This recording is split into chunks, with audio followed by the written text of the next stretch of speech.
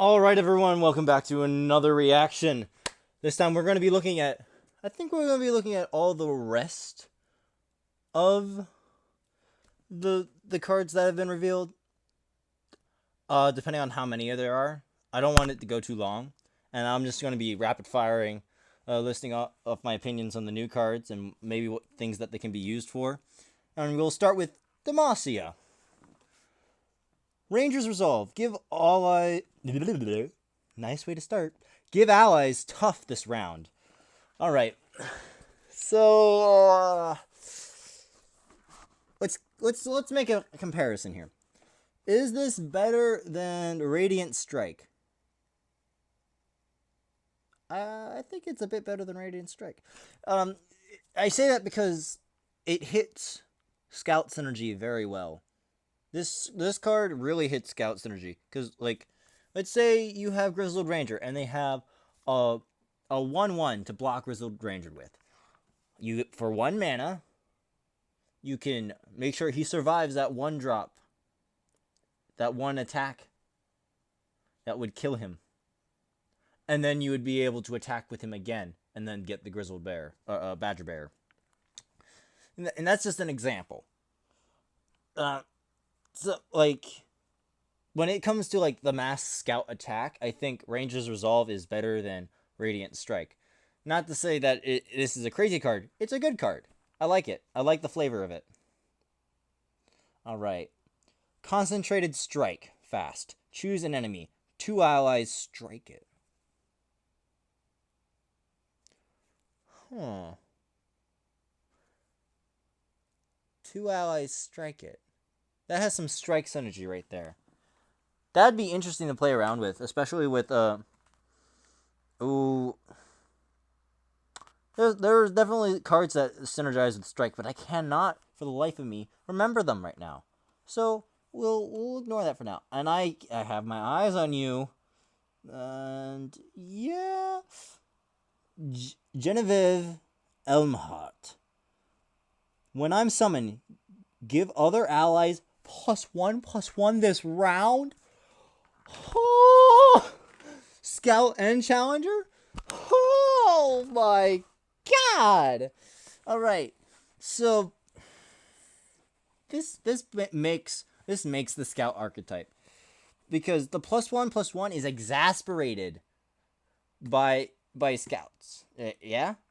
Buffs exasperate Scouts. This is also a Scout. It also has Challenger. This makes it extremely flexible on multiple board states. It allows Scouts to get huge value when they move in, and then even bigger value because you've already buffed up not just Scouts, but also your other base units to move in for a secondary attack with the remaining Scouts. That some may survive because of this +1 health. That is insane. Unyielding Spirit at burst speed, 8 mana. Grant an ally, I can't take damage or die. Yeah, this better be 8 mana. Shit.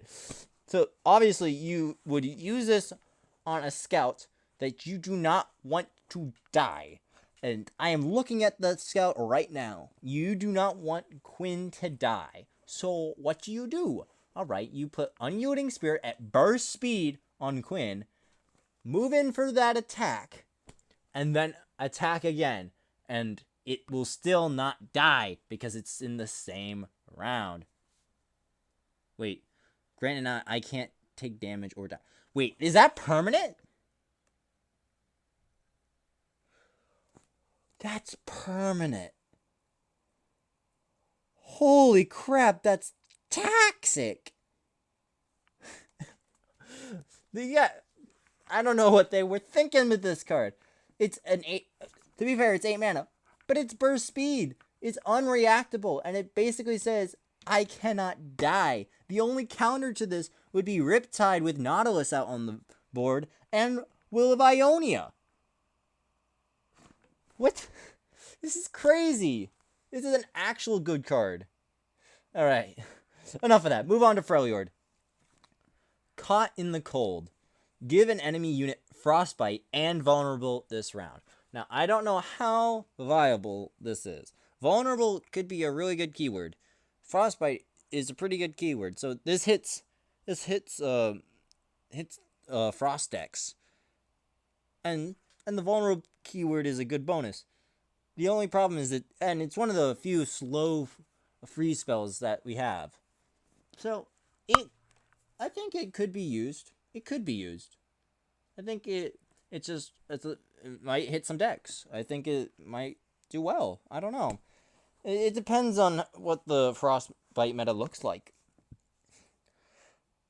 Shared spoils. Grant the top 3 units in your deck +1/+1. Plunder. Draw one of them. Ooh, I like this card. This screams Omen Hawk. And it would be worse than Omen Hawk if it didn't have that plunder draw one of them. Because Omen Hawk is good because it gets the top 2 and gives you a body. The body is important. A good chump blocker on turn 1. Or 1 damage early. Is good. Shared Spoils is 2 mana. But you get the draw a card which replaces itself. And it's the top 3 +1/+1. And you get to draw one of them, of those 3 cards. That you would eventually have drawn in later. And imagine hitting this onto Ember Maiden. Mwah. Perfection. That is something you definitely want to run in Freljord decks. In general. It's so good. Alright, we've seen this. Aurora Borealis. Aurora Borealis. Create 2 random Poros from any region and 2 Poro snacks. This is a meme. I love this card, but it's a meme. Aurora Borealis. Oh, that's good. I like that. Alright, moving on to Ionia. Eye of the Dragon. Attune. Round start. Summon a Dragonling if you cast 2+ spells last round. So if I cast more than 2 spells last round, I get a Dragonling. Now, I do not know. Maybe we'll see it later. Deep Mind. Okay. What's a dragon? Let's look. Oh! Dragonling. Ephemeral Lifesteal.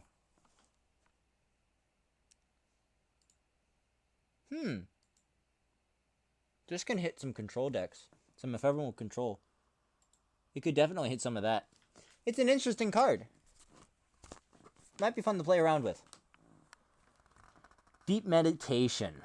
Burst. Costs 2 less if you cast 2+ spells last round. Draw 2 other spells. Okay, this is like Salvage, except it has a condition of costing 2 less if you cast spells last turn. Which is really relevant because if you cast multiple spells last turn, you'll most likely have less spell mana. So having this card cost 2 less in that sort of scenario when you're trying to get tempo plays with spells is a big deal. And you get to draw 2 spells. Other spells. So you won't draw into Meditation. You'll just draw 2 others. Alright.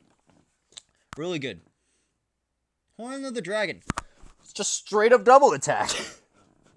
A 6-drop with straight up double attack. That is actually kind of scary. I mean, I don't know how viable it is competitively, but definitely kind of scary card. It can definitely use that double attack multiple times on a 6 health body. It's definitely surviving. Dang. I think this is good. Alright. Death Hand. Moving on to Noxus. Deal 2 to an enemy unit and 1 to their Nexus. This hits a lot of synergy, but I don't know. It's a 3 deal 2, and then proc and have a plunder proc and or Swain level up condition. Yeah, actually, now that I say it out loud, it's pretty good, actually. Iron Ballista. A 4/3 with Overwhelm. 3 drop. That hits hard, dude. That hits hard. That's actually a really good 3 drop. Shit. Like, you have like Monk, right? Who is a 4/3 with elusive that recalls everything. So that can be kind of a downside. This doesn't have that downside, and it has Overwhelm. That's a little bit strong in my opinion, and it definitely hits the deal damage to Nexus, since Overwhelm +4 is really good, especially as a 3 drop. Armored Tusk Rider, Overwhelm, 6 drop, 6/5. I only take damage from enemy unit. That's not fair, dude. That's not fair. What? So basically, what this card says is, I am invulnerable until you kill me with a 5 attack unit, and I have Overwhelm. Haha. Haha. That is crazy. This card is a bit crazy, in my opinion. Oh my goodness. I only take damage from enemy units with 5+ power. So it can still... It's still removable, but it has 5 health, dude. God. I'm not gonna... Ooh, I'll try. Urok Glinthorn. Glinthorn. It's Glinthorn, right? Not Glinthorn. Oh, who cares? Attack. Stun all damaged enemies. Yasuo? Yasuo. Can I have a Yasuo? This card screams Yasuo. Screams it. Because, like, many times you'll stun enemies and have them damage with Yasuo and still have some left. Bada bing, bada boom. Finish them off. Moving on to Piltover and Zaun.